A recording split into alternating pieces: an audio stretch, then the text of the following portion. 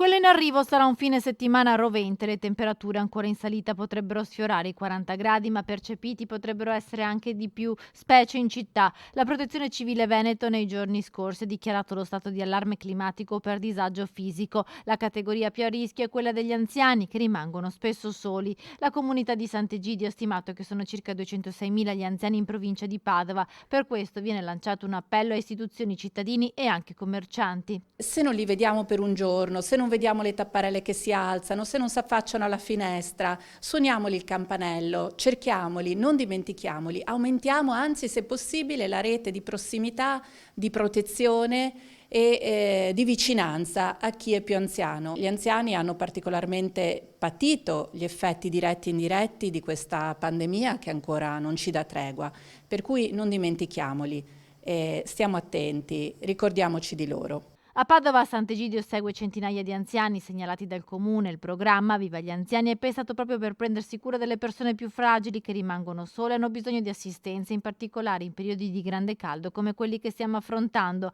Molte le iniziative in programma. Promuovere degli appuntamenti nei quartieri per la socialità, perché gli anziani non rimangano da soli.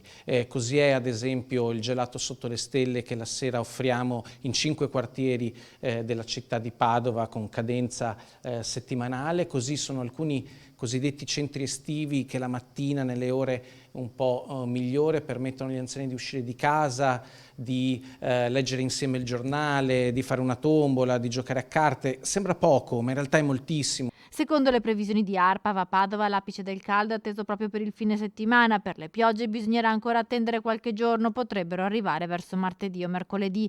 Nel frattempo i consigli per fronteggiare questi giorni torridi sono quelli tradizionali: evitare di uscire nelle ore più calde, bere molto, mangiare frutta e verdura fresca, indossare abiti con tessuti leggeri che lasciano respirare la pelle.